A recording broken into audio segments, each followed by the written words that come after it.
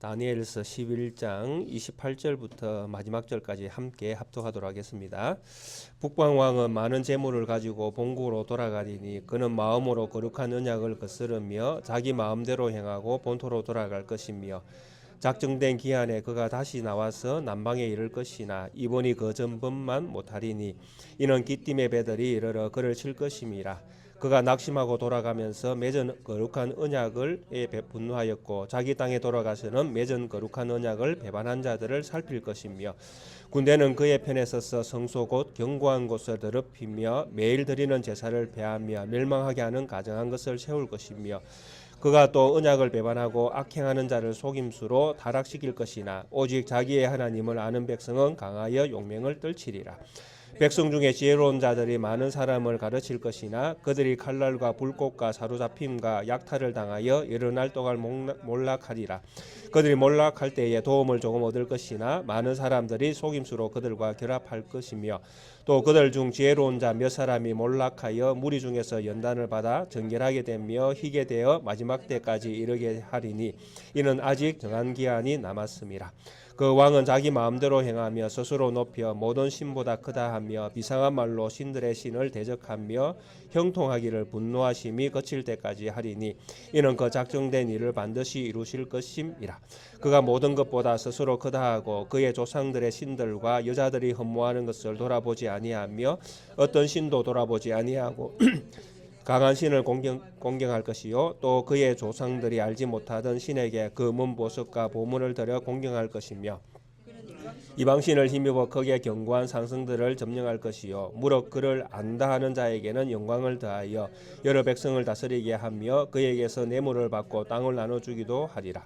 마지막 때에 남방왕이 그와 힘을 겨룰 것이나 북방왕이 병거와 마병과 많은 배로 해오리 바람처럼 그에게로 마주 왔어 그 여러 나라에 침공하여 물을 넘침같이 지나갈 것이요 그가 또 영화로운 땅에 들어갈 것이요 많은 나라를 패망하게 할 것이나 오직 에돔과 모압과 암몬 자손의 지도자들은 그의 손에서 벗어나리라. 그가 여러 사람들의 그의 손을 펴리니 애굽 땅도 면하지 못할 것이니 그가 권세로 애굽의 근음과 모든 보물을 차지할 것이요 리비아 사람과 구서 사람이 그의 시종이 되리라. 그러나 동북에서부터 소문이 이르러 그를 변민하게 하므로 그를 분노하여 나가서 많은 무리를 다 죽이며 멸망시키고자 할 것이요 그가 장막 궁중을 바다와 영화롭고 거룩한 산 사이에 세울 것이나 그의 종말이 이르리니 도와줄 자가 없으리라. 아멘. 예.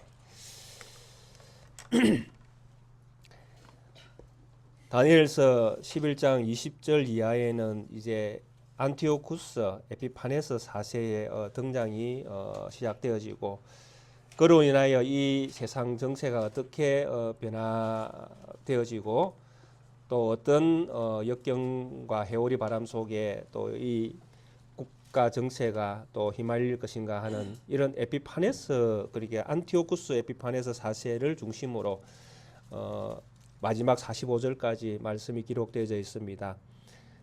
이렇게 성경이 안티오쿠스 에피파네스 4세를 이렇게 자세히 묘사하는 것은 그가 행한 이 일이 마지막 때를 연상시키는 그런 계시적 측면에서 그가 일을 행하고 있기 때문에 그렇습니다.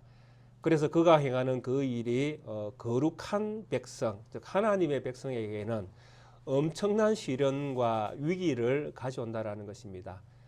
정말 이 사람에 의해서 내가 죽게 되겠구나 할 정도로 엄청난 시련이 일어나게 된다라는 것입니다.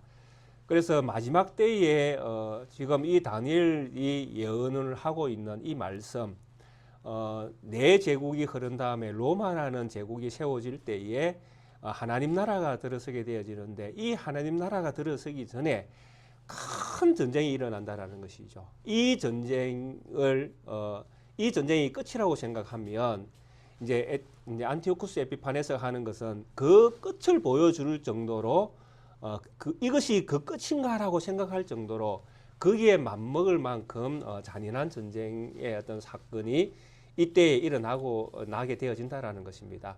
그래서 안티오쿠스 에피파네스 4세에 대한 이 기록이 아주 성경에서 뭐 이렇게 길면 길다고 생각할 정도로 이 사람에 대해서 여러 가지 측면에서 말씀을 다루고 있다라는 것입니다.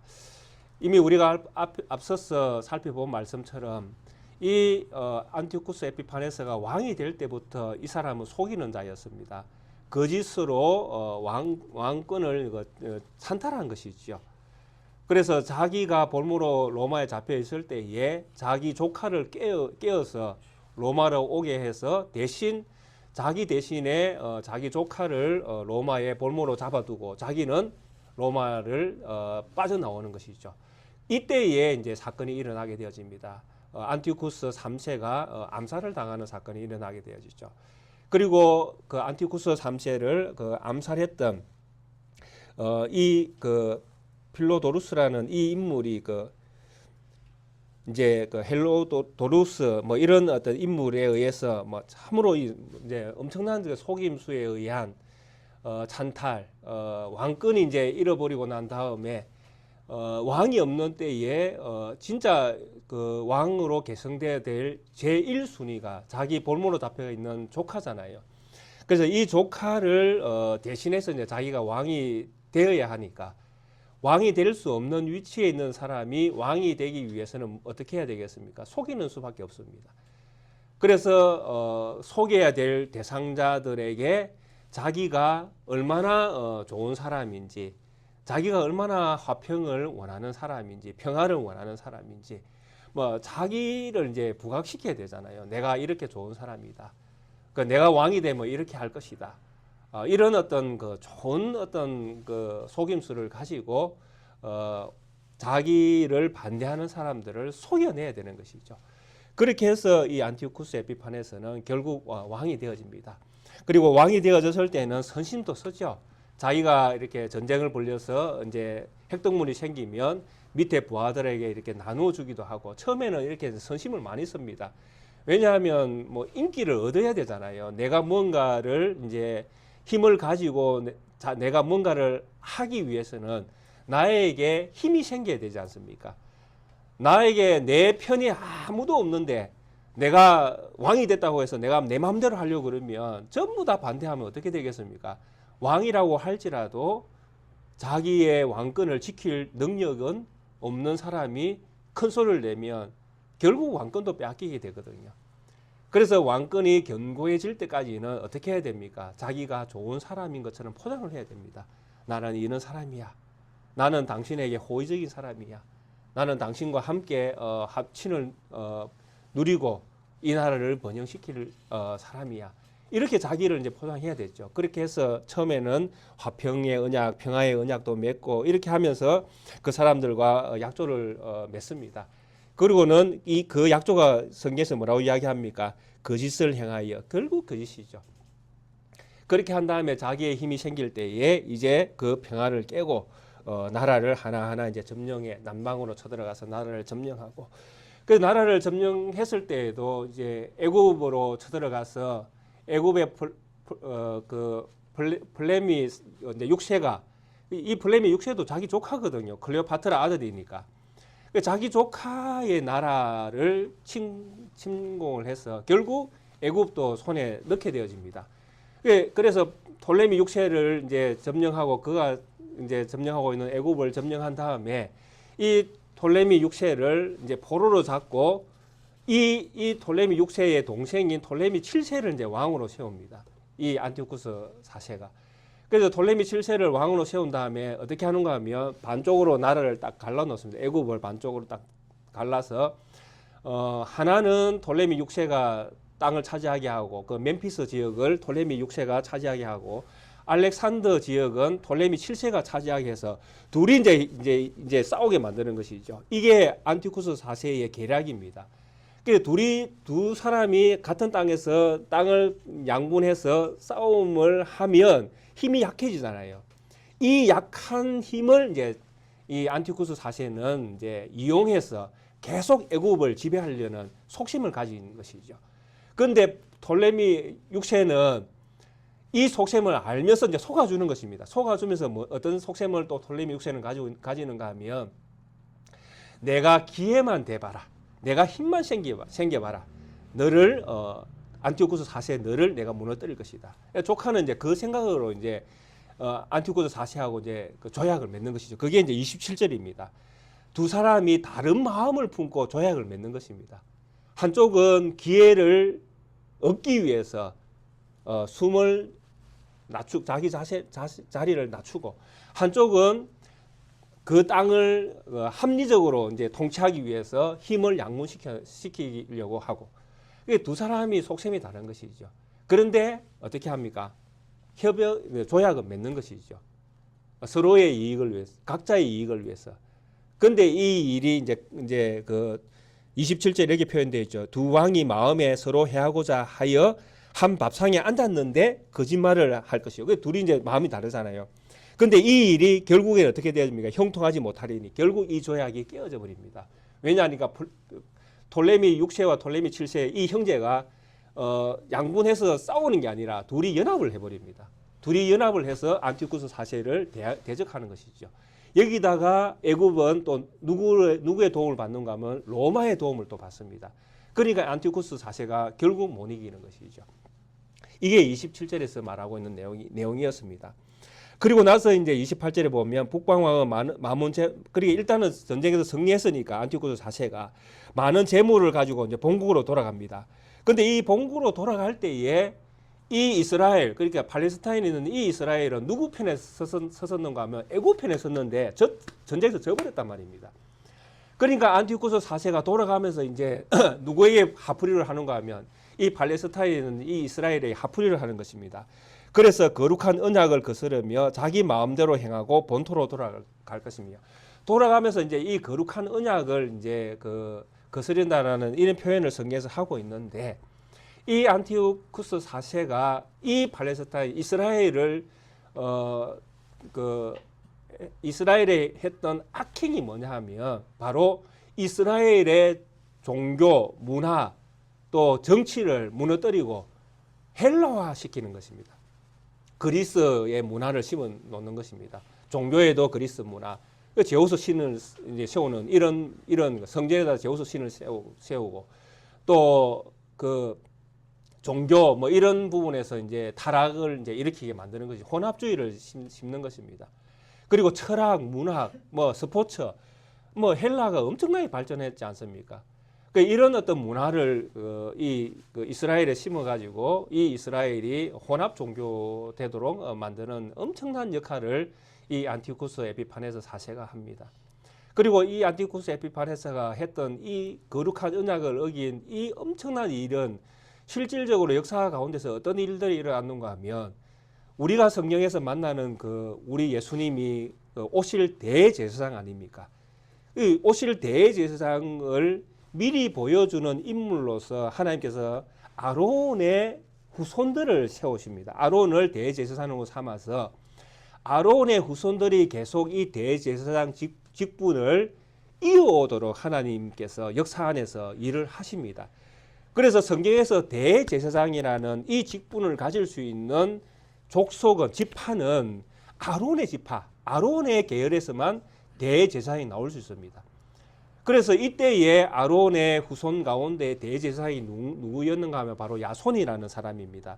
뭐 우리가 뭐 다른 말로는 여호수아라고도 부를 수 있는 인물입니다. 여호수아, 야손 뭐 같은 이름인데요. 이 야손이 이 시대의 대제사장이었습니다.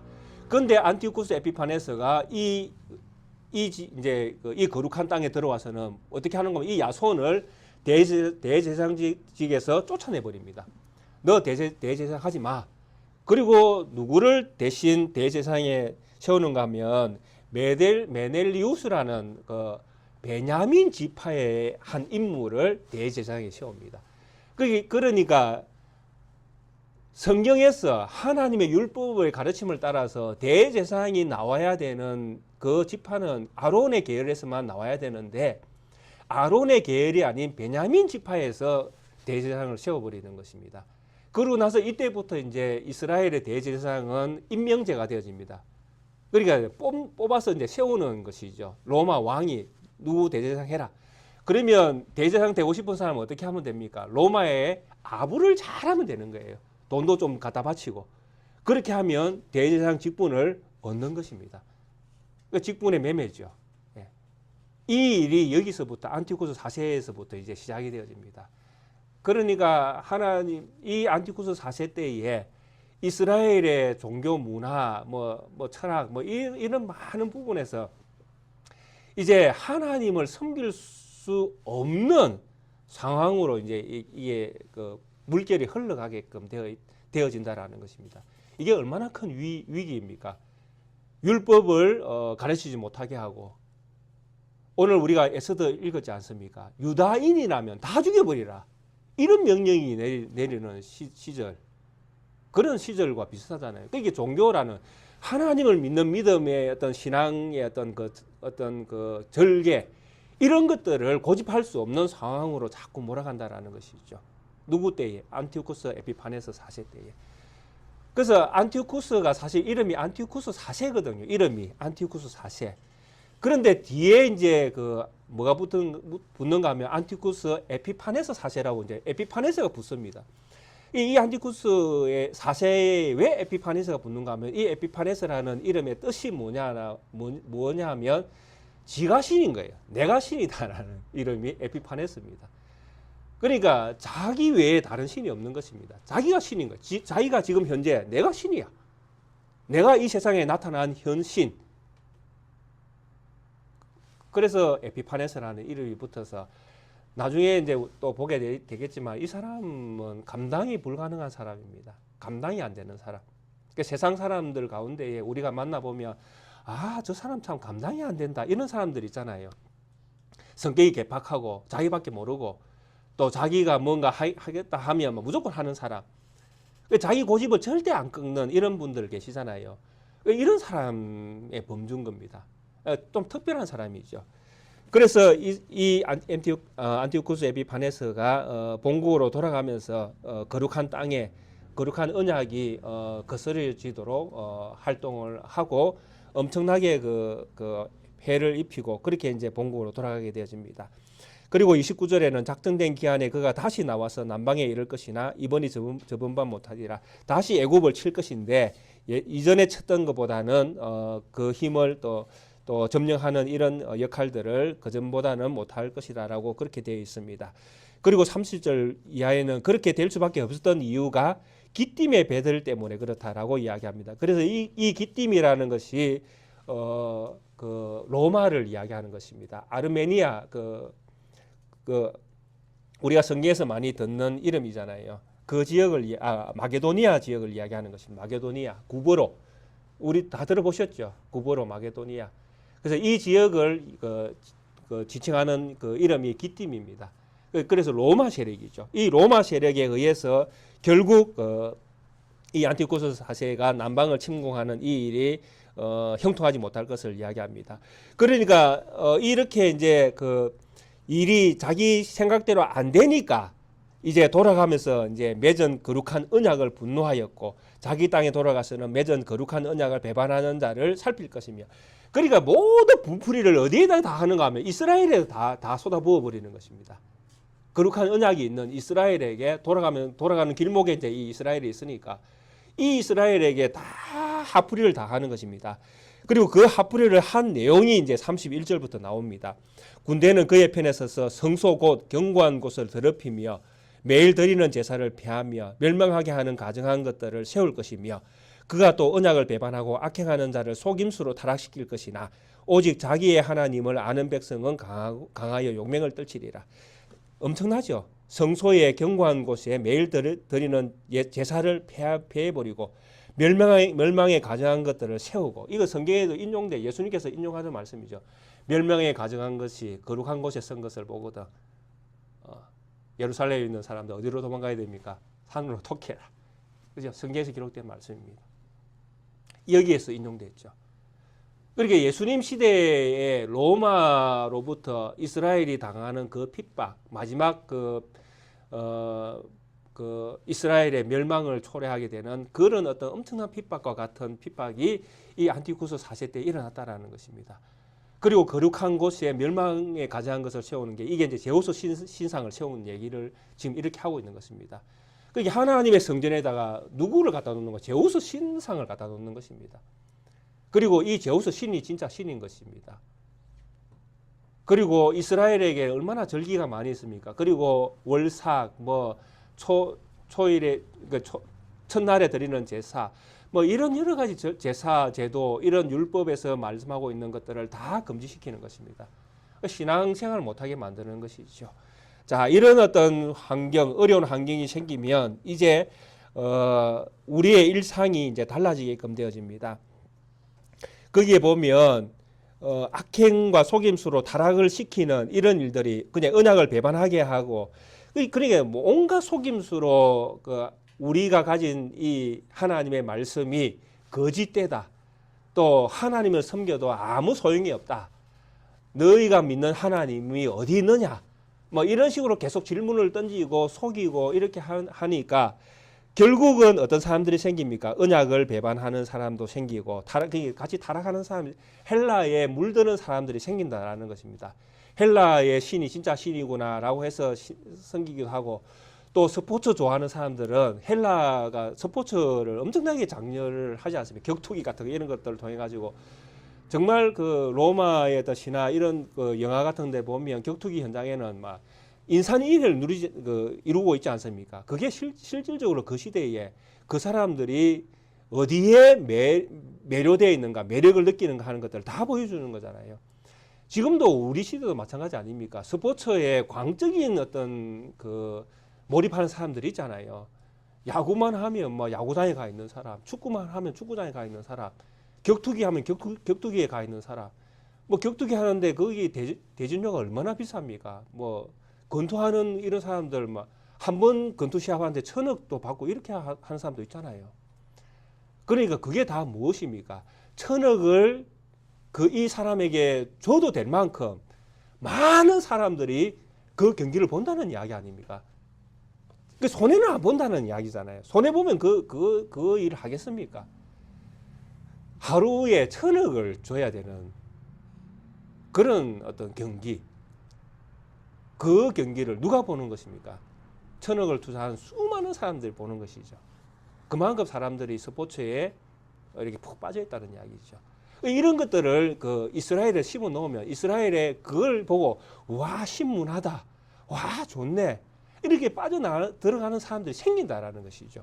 그렇게 해서 배반을 하고 또 그런 어떤 배반하고 악행을 하는 이런 속임수에 넘어가고, 그렇게 해서 결국은 어떻게 되어집니까? 타락시킬 것이며 결국 하나님을 떠나게 만들죠. 그러나 오직 자기의 하나님을 아는 백성은 강하여 용맹을 떨치리라. 이는 이 사람이 싸운다 이런 내용이 아니라 신앙의 절개를 지킨다는 표현을 이렇게 하고 있는 것입니다. 용맹을 떨친다는 것은 그럼에도 불구하고 이 사람은 선한 싸움을 싸운다라는 것이죠. 그 선한 싸움은 무엇이며 영적 싸움이잖아요. 그 시대의 흐름에 물들지 않고 헬라화 되어져 가는 그 시대의 문화에 휩쓸리지 않고 자기가 지금까지 해왔던 것처럼 하나님 앞에 믿음으로 제사 드리고 하나님 앞에 늘 감사의 예물을 드리면서 기도하고 또 이런 시련을 주신 것에 대해서 반성도 하기도 하고, 이렇게 자기의 어떤 신앙을 끝까지 지키는 것을 이렇게 표현을 하고 있는 것입니다. 용맹하고 또 강하고 용맹하고 또 이런 것들을 스스로 이렇게 표현한다. 이렇게 지금 하고 있는 것입니다. 참 시대가 이렇게 시련이 이제 믿는 무리들 가운데 일어나게 되어지면 이런 일들이 틀림없이 생길 수밖에 없습니다. 33절에도 이렇게 표현되어 있지 않습니까? 백성 중에 지혜로운 자들이 많은 사람을 가르칠 것이나, 지혜로운 사람이 있는 것입니다. 계시를 알고, 그러니까 다니엘과 같은 사람이 틀림없이 세상 가운데 있습니다. 다니엘 세 친구 같은 사람도 있을 것이고, 신앙의 절개를 지키는 사람들이 함께 그 절개를 지키기 위해서 많은 사람들을 가르칠 것입니다.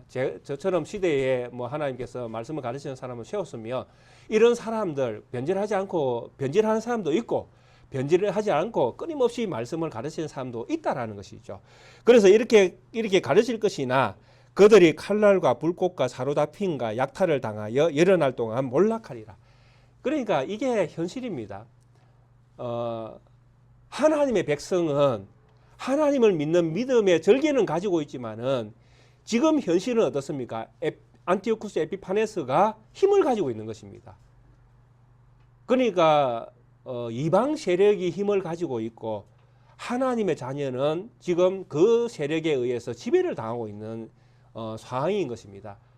그러니까 이 상황 속에 있는 하나님의 백성들은 결국은 때로는 신앙의 절기를 지키다가 칼날에 의해서 또 불꽃에 의해서 또 사로잡힘을 통해서 약탈을 당하고 그래서 끊임없이 아무것도 아닌 것처럼 여김을 당하게 되어질 수도 있다는 것이죠. 예수님을 믿는다고 해서 모든 것들이 다 형통한 것은 아니다라는 이야기입니다. 우리의 일상이 무너질 수도 있다라는 이야기입니다. 예수님을 믿는 것 때문에 내가 너무나 편안하게 누려왔던 하루의 그 평안한 삶이 하루아침에 끝이 날 수도 있다는 것입니다. 그렇게 해서 내가 알지 못하는 다른 세력이 내 목숨을 좌지우지할 수도 있는 상황에 내가 놓일 수도 있게 되어진다는 것입니다.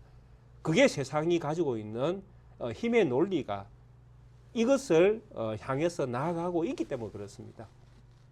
안티오쿠스 에피파네스가 하나님을 믿는다 그랬고 믿는 신자라면 이렇게 하지 않겠죠. 근데 이 사람은 제우스 신을 섬기는 사람이니까요. 뒤에 가보면 이 사람은 제우스 신도 안 섬깁니다. 그에게는 신이 없습니다. 왜? 자기가 에피파네스잖아요. 내가 신인데 자기가 신이거든요. 그러니까 이 사람에게는 다른 신이 필요가 없습니다. 자기 자신이 신이니까요. 그러니까 이런 사람이 믿는 것은 무엇이겠습니까? 오직 자기 자신이잖아요. 자기가 가지고 있는 힘, 권력, 자기의 능력 이것만을 의지하는 것이죠. 그렇기 때문에 이런 어떤 사람의 지배를 당하는 하나님의 백성들은 칼날, 불꽃, 사로잡힘, 약탈 이런 것들을 여러 당할 수밖에 없습니다. 그런데 이럴 때에 하나님의 은혜로 이렇게 몰락될 때에 하나님의 은혜로 조금 도움을 얻을 수도 있다라는 것이죠. 숨을 쉴 수 있는 틈을 때로는 하나님이 은혜 베풀 자에게 은혜를 베풀어 주시는 이런 일들이 일어나기도 한다라는 것이죠. 참 감사한 일이죠. 그렇게 되어지면 우리나라 일제 때도 뭐 이런 일들이 있지 않았겠습니까? 신사 참배할 때에 때로는 신사 참배에 거부한 사람도 있고 때로는 신사 참배에 찬동한 사람도 있고 한국 교회는 공적으로 신사 참배를 찬동한 나라입니다. 우리나라는요. 개인적으로는 신사 참배에 거부하는 분들이 계십니다. 우리가 잘 알고 있는 역사 가운데에 신사 참배를 거부했다가 순교하신 목사님들이 수도 없이 많습니다. 성도들은 마찬가지고요. 많이 계시지만은 한국 교회가 공적으로는 신사 참배를 어떻게 했습니까? 찬동했습니다. 그러니까 한국 교회는 전부 다 신사 참배에 참여한 교회가 된 것입니다. 공적으로. 그런데 아직 한국 교회는 이 공적으로 신사 참배한 이 일에 대하여 회개하지 않고 있습니다. 그러니까 우리는 신사 참배한 후손들인 거예요. 어떻게 보면 교회가. 그래서 우리는 이 뼈아픈 역사 안에서 우리는 이 일들을 교회가 했다라는 것이 사실은 부끄럽지만은 이게 어떤 현상을 만나게 되어지면 그러니까 일제라는 그 지배하에 종교가 놓여지게 되어질 때에 그러니까 기독교가 아무 힘도 발휘할 수 없는 상황에 놓여질 때에 배반자들이 생긴다라는 것입니다. 결국에는. 그래서 34절이죠. 그들이 몰락할 때 좋은 도움을 얻을 것이나 많은 사람들이 속임수로 그들과 결탁할 것이요. 그래서 도움 없는 분도 있지만은 또 많은 분들은 어떻게 되어집니까? 속임수에 넘어가서 스스로 또 신앙을 저버리는 사람도 생긴다. 이렇게 이거는 뭐 사람의 일이니까요. 충분히 이런 일들이 일어날 수밖에 없습니다. 사람 사는 게 그렇습니다. 우리가 지금은 믿음을 지키고 하나님을 제일 나의 가장 귀한 분으로 주 예수 밖에는 그러니까 없네. 우리가 찬송은 그렇게 부르지만 우리가 일제 참배처럼 이런 엄청난 시련이 안티오쿠스 에피파네스가 지배하는 이런 지배의 세력을 만나서 우리가 그 아래에 놓여질 때에 우리의 신앙이 어떻게 될지는 뭐 죽게 달려 있는 거 아니겠습니까? 결국에는. 예. 우리 자신은 지금 나는 배반하지 않겠다 이렇게 믿고 계시겠지만은 그 상황 가운데 놓이면 우리 자신이 얼마나 연약한 존재인가를 알게 되어집니다. 그러니까 우리가 편안할 때에 믿음을 지켜 살아가는 이 일이 얼마나 중요한가 하는 것을 우리가 아셔야 됩니다. 왜냐하면 편안하면요 오히려 신앙이 떨어집니다. 우리의 일상이 너무 편안해 보십시오. 진짜 내가 하나님을 믿는가 안 믿는가 잘 몰라요. 자기 자신도 잘 모릅니다. 내가 하나님 믿는 거 맞나?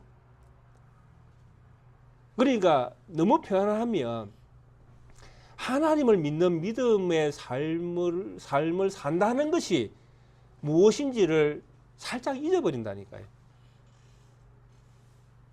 그럼 편안할 때 우리는 뭘 해야 됩니까? 더 말씀을 가까이 하고 또 그 말씀을 통하여 나에게 허락하신 하루를 더 어떻게 경건하게 살 것인가를 고민해야 돼. 근데 편하면 고민을 안 한다는 것이죠. 한마디로 이야기하면. 편안하니까요. 고민할 이유가 없잖아요. 오늘 내가 어떻게 하나님 앞에서 믿음으로 살아갈까? 그 고민을 안 한다니까요. 근데 우리에게 조금만 위기가 나타나고 조금만 우리의 몸에 이상이 나타나면 우리는 바로 뭘 합니까? 기도하거든요. 주여 도와주옵소서.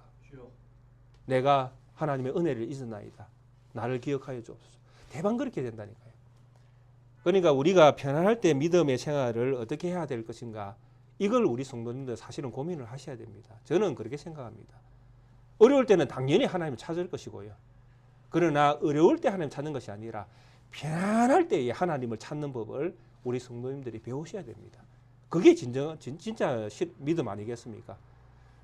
편안할 때는 다 믿는 자처럼 할 수 있잖아요. 저도 보십시오. 제가 얼마나 이쁘게 해서 왔습니까? 넥타이도 딱 메고 양복도 딱 입고 누가 봐도 목사잖아요. 여기서 있어요. 근데 이 편안 속에 숨겨져 있는 이 목사의 이 허울 속에 숨겨져 있는 내 속에 있는 진짜 신앙이 무엇인지 아무도 모르시잖아요. 그게 평안이 주는 위기라니까요. 평안이 주는 위기. 그래서 이런 부분들을 우리가 잊어버리시면 안 됩니다. 우리 성도님들이. 그래서 지금 이 에피파네스 시대 때에 이 몰락할 때에 도움을 좀 얻을 것이나 많은 사람이 속임수로 결국은 넘어지게 되어집니다. 넘어질 수밖에 없었던 이유는 무엇이겠습니까? 평안할 때의 믿음의 생활을 제대로 하지 못한 것이죠. 결국에는.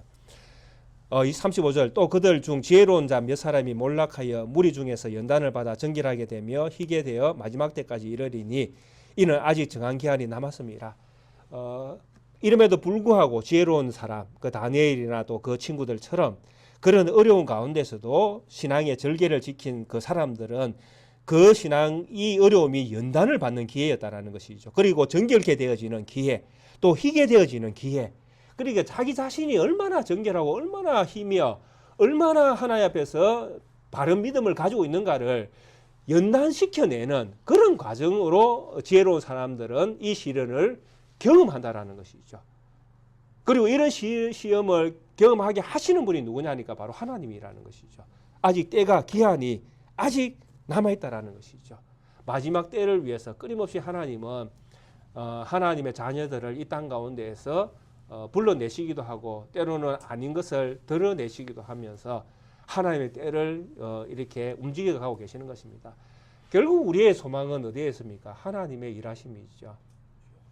오늘도 우리가 기억해야 될 부분이 오늘 이 말씀에서 우리가 기억해야 될 부분이 있다면 아무리 이 세상을 힘있게 지배하고자 하는 안티쿠스 에피파네스 4세라는 악랄한 사람이 이 세상에서 존재한다 할지라도 결국 그 사람도 하나님의 손 안에 있다라는 것이죠. 하나님이 그 사람을 지금 다루고 있다라는 것입니다. 그를 통해서 연단시킬 사람은 연단시켜 내시고 또 그 사람을 통해서 무너져야 될 사람은 무너진 대로 덜쳐내시는 일들을 하나님은 세상 가운데에서 행해 오셨다라는 것입니다. 역사 안에서. 그래서 안티쿠스 에피파네스 4세라는 이 인물은 하나님의 도구였죠. 어떻게 보면 정한 것과 쭉정이를 구별해내는 도구. 그러면서 하나님이 하신다는 것을 끊임없이 보여주는 도구. 결국에는 이 인물도 어느 날 갑자기 이 역사 속에서 사라지거든요. 그러니까 영원한 분은 하나님밖에 없으시고, 이 안티쿠스 에피파네스도 결국 한낱, 그죠? 그냥 그 아침 이슬과 같은 인물일 수밖에 없는, 인간의 연약함을 가지고 있는, 그가 아무리 힘 있다고 날고 긴다 할지라도 그가 한 사람, 그러니까 하나님이 그냥 이 세상에 잠시 있다가 머물게 하다가 지나가는 안개와 같은 사람에 불과하다라는 것이죠. 그래서 그런 존재에 대하여 하나님을 믿는 하나님의 백성들이 어떤 상황에 놓여 있다 할지라도 두려워하거나 놀라거나 또 그를 위대하게 생각하거나 할 이유가 전혀 없다라는 것입니다. 그러니까 아무리 악한 세력이 우리가 가진 믿음을 없애버리려고 온갖 그 일들을 다 벌린다 할지라도 그 순간이 찰나라는 것이죠. 그래서 우리는 뭘 믿어야 됩니까? 하나님의 영원성을 믿고 하나님이 나에게 주신 믿음의 영원성을 믿고 우리는 우리의 신앙을 지켜내야 되는 것이죠. 그런 신앙을 가진 성도가 영원한 하나님 나라에 들어가는 거 아니겠습니까? 그래서 영원한 나라라는 이 보장은 우리가 오늘 이 순간, 나에게 주어져 있는 이 순간 내가 무엇을 믿고 무엇을 바라고 무엇을 소망하고 내가 지금 이 순간 살아가고 있는가가 가장 중요하죠. 그래서 시련의 시대 때에도 마찬가지죠. 그 시련, 안티쿠스가 4세가 엄청나게 이스라엘을 핍박하고 제우스 신을 섬길 때에는 이스라엘은 끝장난 거 아닙니까? 성전에 제우스 신이 생겨날 때에는 이스라엘 백성들에게는 끝장이 난 상황입니다. 왜? 아론의 후손인 대제사장이 대제사장으로서 역할을 해야 되는데 갑자기 베냐민 지파에서 대제사장 세워서 이 사람은 안티쿠스 에피파네스 4세가 세운 대제사장입니다. 그 하나님 세운 자가 아니잖아요. 그러면 그 사람에 의해서 드려지는 모든 제사가 어떤 효력이 있겠습니까? 아무 효력이 없잖아요. 제가 지금 말하고 있는 이 설교의 말씀이 하나님의 말씀과 일치되지 않는다면 제가 전하는 이 말씀이 무슨 효력이 있겠습니까? 아무 효력이 없잖아요. 그러니까 역사에서도 전통성이라는 게 있지 않습니까? 말씀의 정통성. 하나님께서 아론을 정통성을 가지고 대제사장으로 삼았는데, 그런데 아론의 계열이 무너지고 베냐민 지파가 세워지면서 정통성이 무너질 때에 이 대제사장은 이제 대제사장이 아닌 것입니다. 그러면 대제사장이 없는 성전은 무엇이 이제 지배를 하게 되겠습니까? 세상의 정신이 이제 지배하게 되어지겠죠. 제우스 신이 이제 세워졌으니까. 제우스 신은 뭐 온갖 세상의 좋은 것들을 다 가져다 주는 신 아닙니까? 자, 그 신을 이제 섬기라고 성전에 새로운 신이 생깁니다. 그건 하나님이 아니잖아요. 그리고 그 신을 섬기는 대제사장은 하나님이 세운 대제사장이 아니잖아요. 그러니까 성전은 결국 있으나 마나한 것이잖아요. 그래서 이때부터 누가 생겨야 되는 것입니까? 예, 하나님의 성전이 무너지면 결국 성전 중심의 세상이 세워지는 것이 아니라 하나님의 말씀을 가지고 가르치는 자들이 생겨나야 되는 것이죠.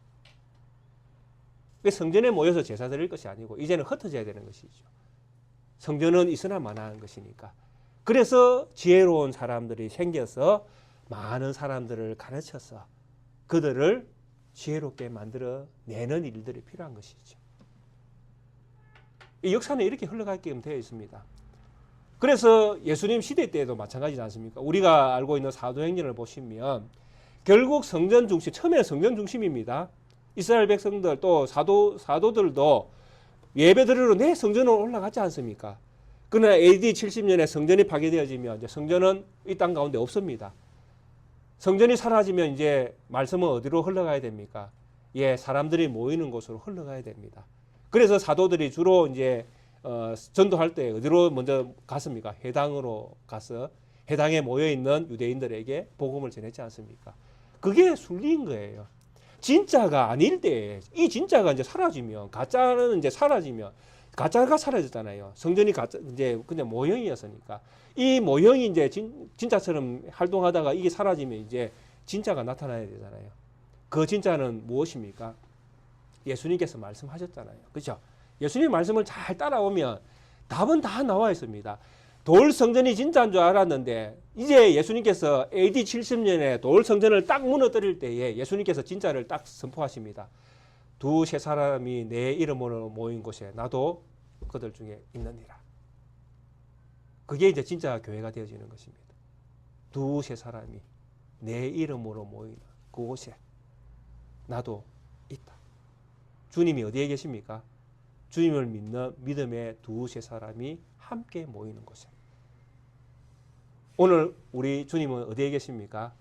우리 가운데에 함께 계시는 거예요. 이건 두세 사람보다 더 많이 모여 계시잖아요. 이 우리 무리 가운데에 주님은 오셔서 친히 말씀하시고 들으시고 또 우리의 심령에 각자에게 필요한 말씀을 우리 주님이 주시는 거예요. 나눠주시고 또 위로받을 자에게 위로가, 또 격려가 필요하신 분에게 격려가, 또 고침이 필요하신 분에게 고침을 우리 주님이 친히 오셔서 우리 모두에게 그 은혜를 베풀어 주시는 것입니다. 그래서 우리는 모일 때마다 사람을 보고 모이는 것이 아니라 우리를 모이게 하시는, 또 우리 모임 가운데 오시는 그 주님을 바라보고 우리는 모이는 것입니다. 그리고 그 주님의 말씀을 듣고 그 주님을 높이고 그 주님 앞에 찬양을 드리고 그 주님 앞에 기도를 드리고 그 주님 앞에 헌금도 드리고, 우리의 모든 드림은 주님을 향하여 우리는 드려지는 것입니다. 그리고 그 주님으로부터 우리는 무엇을 받습니까? 위로와 평안과 은혜의 말씀을 그분으로부터 우리는 받으시는 것입니다. 이것이 예배의 정신입니다. 오늘 우리에게 주시는 하나님의 평안과 위로가 또 우리 모든 성도님들 심령 가운데 넘치기를 원합니다.